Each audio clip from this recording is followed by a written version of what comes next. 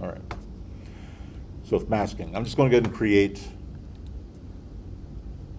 remember 2000 pixel square is the format for this.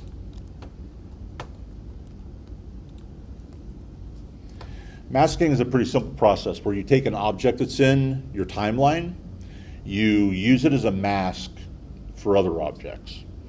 And so basically, when your object enters that area, it appears, and it leaves that area, it disappears, is the basic concept. So I'm going to start off by just drawing, let's do a circle.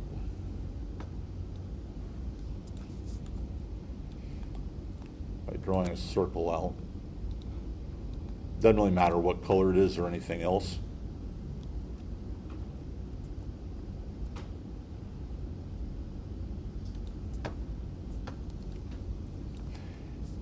Just draw two shapes.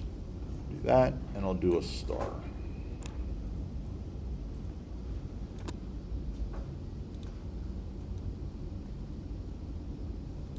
Off to the side. So the way this works is, within our timeline, down here at the bottom, so there's a column that says track mat, and there are a variety of different track mats available, but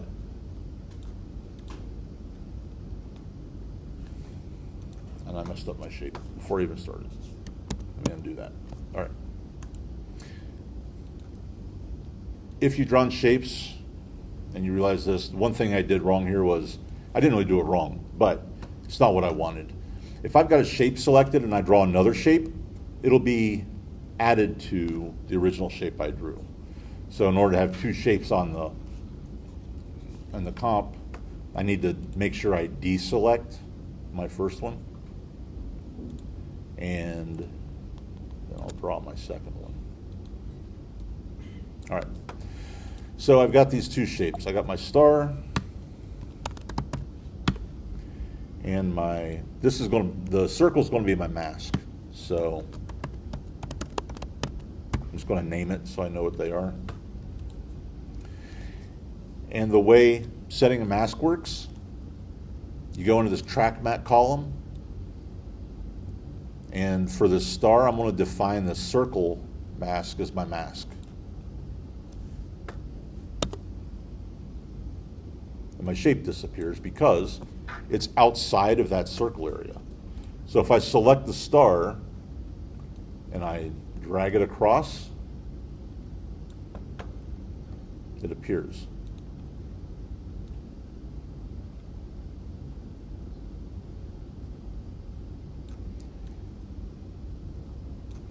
So I just set that up.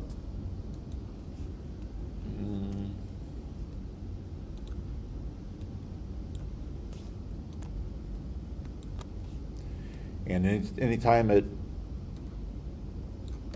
crosses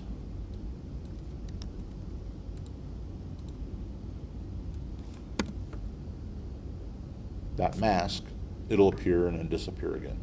Masks can be as complex shapes as you want them to be. So consider I could create a compound path out of Illustrator that's a whole bunch of circles maybe that are all treated as one. Bring that in and I can make that a mask.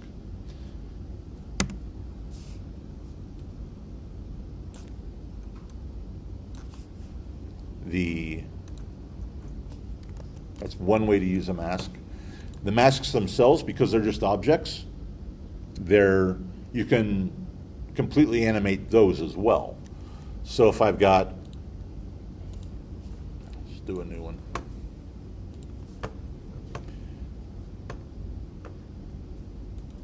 So if I've got my star sitting in the middle of my artboard,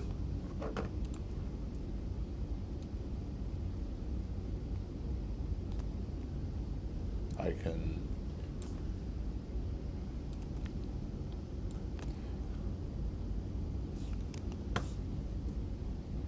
draw that circle mask over top of it.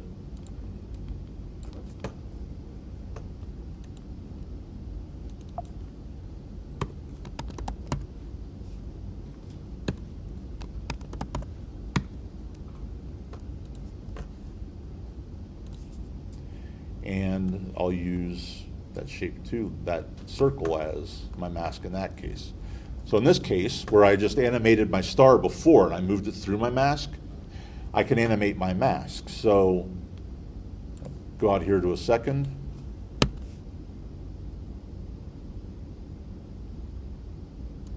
Set my scale to 0. Come out here to 2 seconds. Set it to 100.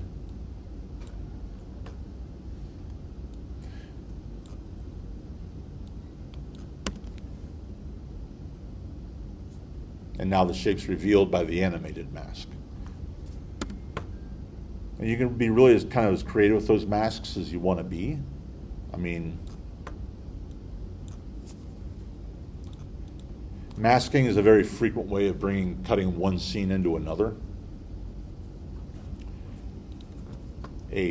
Now, a practical application of that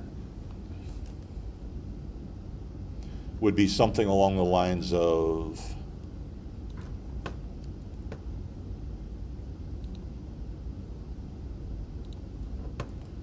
I have an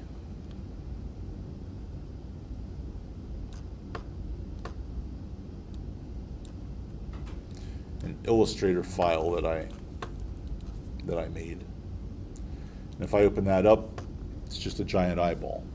But there's two parts to this comp. I've got the eyeball itself, and I also drew a shape for the eye. So if I mask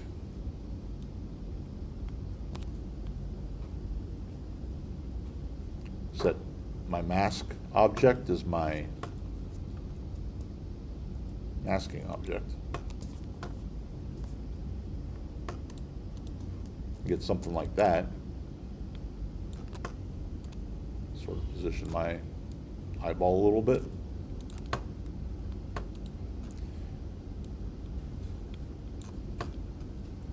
And I can animate my mask.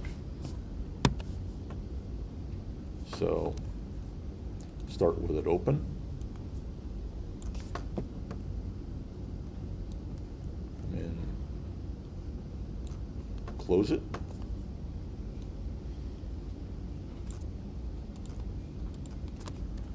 Copy both of those, come back out here, paste them.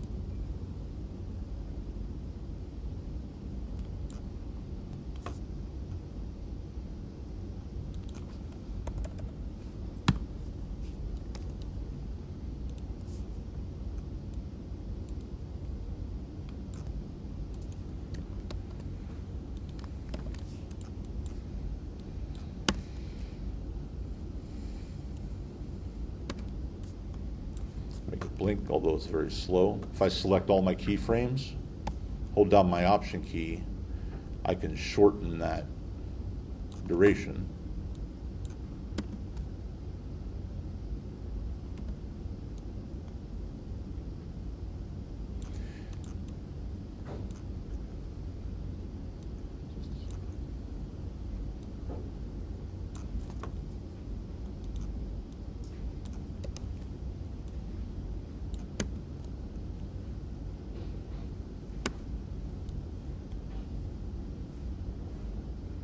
The seams never quite actually close just because of the speed, but go ahead and select all of those keyframes. You right click on them, easy ease those, and it should make it blink a hair more convincingly. And I'm going to go back in here and take a look at, remember I showed you before curves to modify these. If I identify when it's closed and I want it to hang a little bit longer, I'll just go in here, select that keyframe on my curve,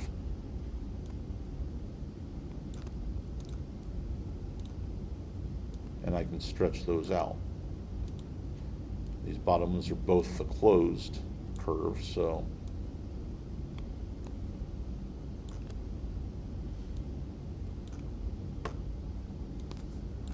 Let's see what that does. It slows it down when it closes anyway. Probably too much. And you just work with those kind of going back and forth until you get them to a point that you like them. It may just be that I closed up my timing a little much. Maybe I stretched that out a little bit. Maybe that helps.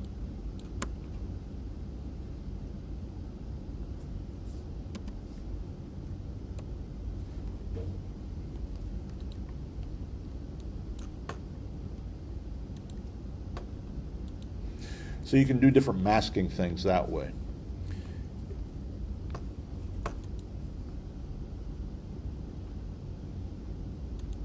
So, you know, if you want to make sure that your animation stays within that circular area that we talked about, because remember that's a spinning fan, so even though it's 2,000 pixels square, the corners are kind of off limits. You could use, you could create your comp in order to test it, to make sure that it's going to be good. Create your animation and then put it into another comp.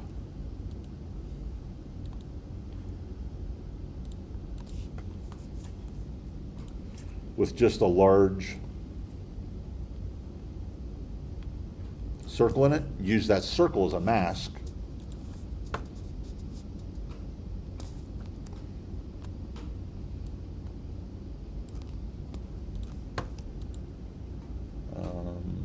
Oh, I know. I'll import my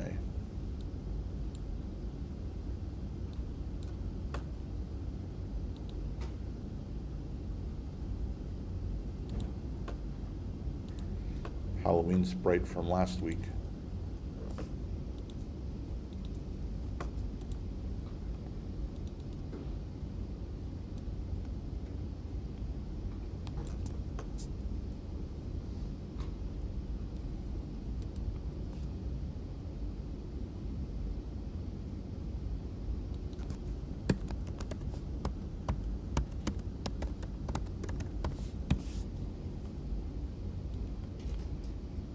Drop it into this comp with the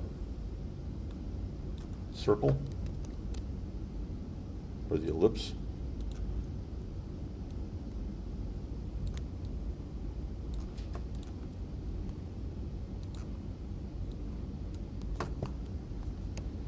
And mask it to that shape so that we see that it's going to be okay. If you've made it too big, if your animation is moving outside of that area, what you'll see is, I'll just exaggerate this.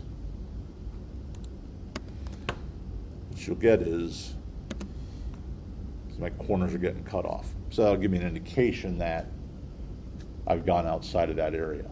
So you can use techniques like that to make sure that the video you're creating fits the requirements.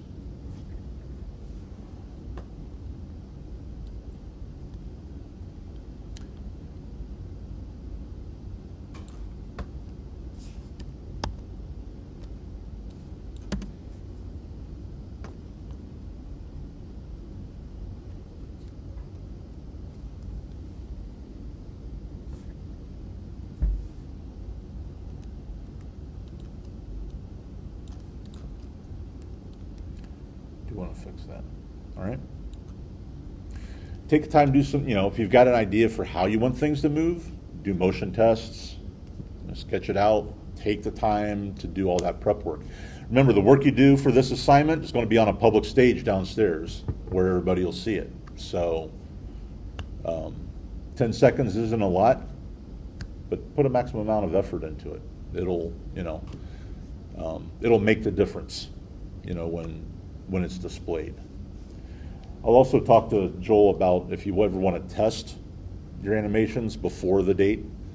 And I'll check with him and make sure that, I think he said he's putting it down there in the gallery, so you can probably test it. Apparently it's just, you load it up on an app and it'll send it to the device.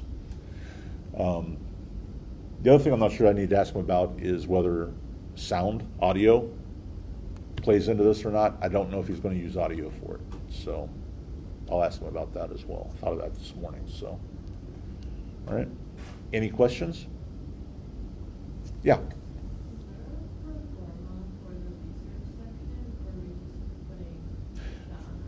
For this particular assignment, there's not a pro forma for that. Yep. Yeah. How big are our backgrounds supposed to be? It's the setting background or your object background? Setting background. That you're going to have to ask Joel about. My understanding is you're actually going to kind of construct them downstairs in the gallery somehow. I don't know how he has that planned out. I know he sent emails to everybody to join Google group on that to get together, but I don't know where he's headed with it beyond that, to be honest. So. I'll see him later, so I'll ask him. Okay. Yeah. And if it's not, thing is, if it's not clear, and especially whenever he tells you, let me know. I'll suggest that. I do think it would be nice to understand a little bit better how everybody's going to get together to do that. So I'm just kind of passing along what he's told me, and I'm not 100% sure he's thought about it much beyond there. So he might have, but anyway. All right. So go ahead, work on your assignments. If you've got anything, to look at or anything you want to talk about, by all means, ask. And work for 10, 20 minutes, and then you can take off after that. So, all right.